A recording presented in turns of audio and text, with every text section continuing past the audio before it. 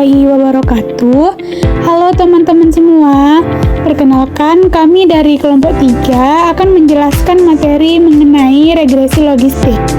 Yang dimana anggota kelompok kami adalah yang pertama Ferly Sania Ramadhani dengan NIM 2416050018, yang kedua Nazira Amrullah dengan NIM 2416050026, dan yang ketiga Fitri Ramadhani Nasution dengan NIM 2416050031. Pada kesempatan kali ini kami akan membahas mengenai pengertian regresi logistik, syarat regresi logistik, jenis-jenis regresi logistik, serta contoh analisis regresi logistik.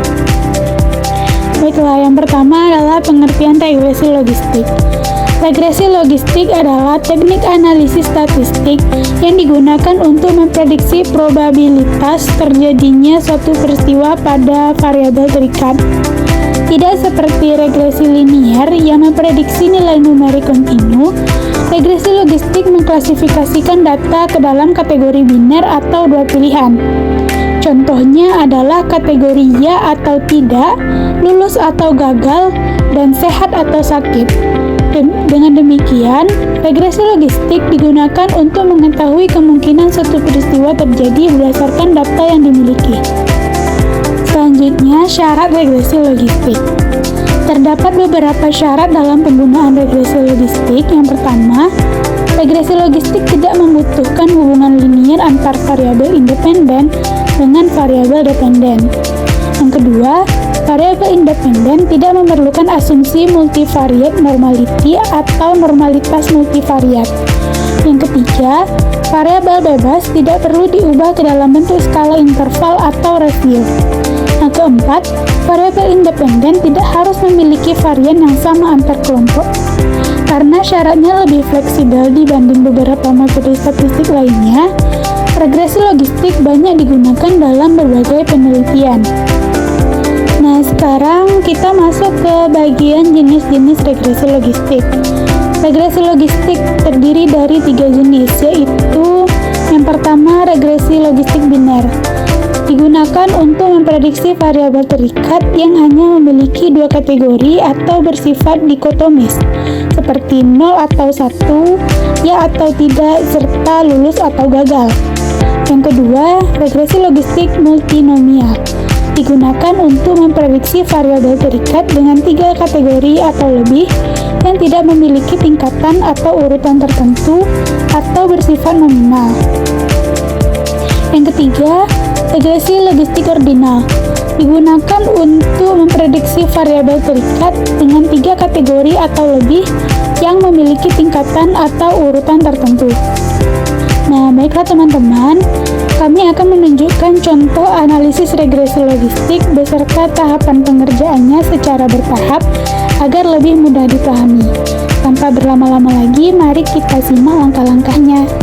Baiklah, inilah data yang akan kami olah untuk pengujian regresi logistik biner. Teman-teman bisa menggunakan aplikasi SPSS. Yang pertama, teman-teman bisa klik Analyze dan klik Regression, kemudian klik Binary Logistik. Selanjutnya, teman-teman pindahkan variabel Y ke dependen dan variabel X1 ke independen dan variabel X2 ke independen. Setelah teman-teman pindahkan, teman-teman bisa klik Save. Di sini teman-teman bisa centang probabilities, kemudian centang group membership, kemudian logit, kemudian standardized, kemudian deviance, kemudian dbeta. Selanjutnya teman-teman klik continue. Teman-teman klik option dan teman-teman bisa centang classification plot, kemudian centang Hosmer, centang case wish, dan centang correlation. Selanjutnya centang iteration history. Teman-teman centang CI for X. Setelah tercentang, teman-teman bisa klik continue. Selanjutnya, teman-teman bisa klik OK.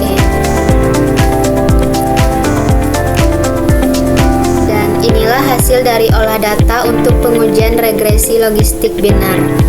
Kita bisa lihat itu yang pertama, case processing summary, merupakan hasil dari data observasi yang kami olah, yang dimana itu memiliki 15 data.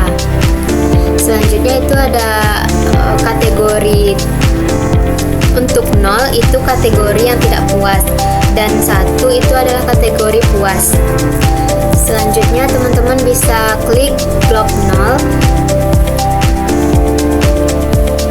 untuk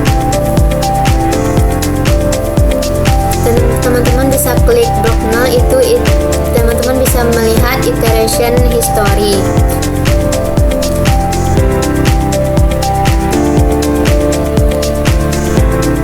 Sebelum dimasukkan variabel independen,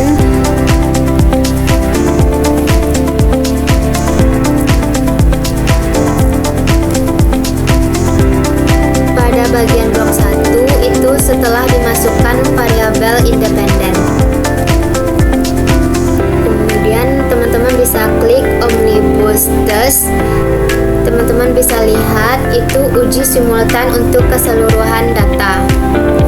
Selanjutnya, teman-teman bisa klik Hosmer and Lemeshow test. Teman-teman bisa lihat di sini ada hasil dari uji Hosmer dan Lemeshow test.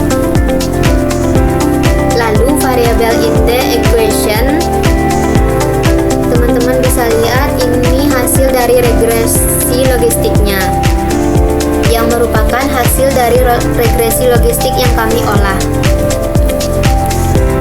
Cukup sekian hasil dari regresi logistik kami. Nah, berdasarkan pembahasan yang telah dijelaskan, dapat kita simpulkan bahwa regresi logistik menyediakan cara yang berguna untuk memudahkan ketergantungan variabel respon biner pada satu atau lebih variabel penjelas. Variabel penjelas tersebut dapat berupa data kategorikal maupun kontinu. Selain itu, kesesuaian model yang dihasilkan dapat dinilai menggunakan sejumlah metode sehingga dapat membantu dalam pengambilan keputusan dan penelitian.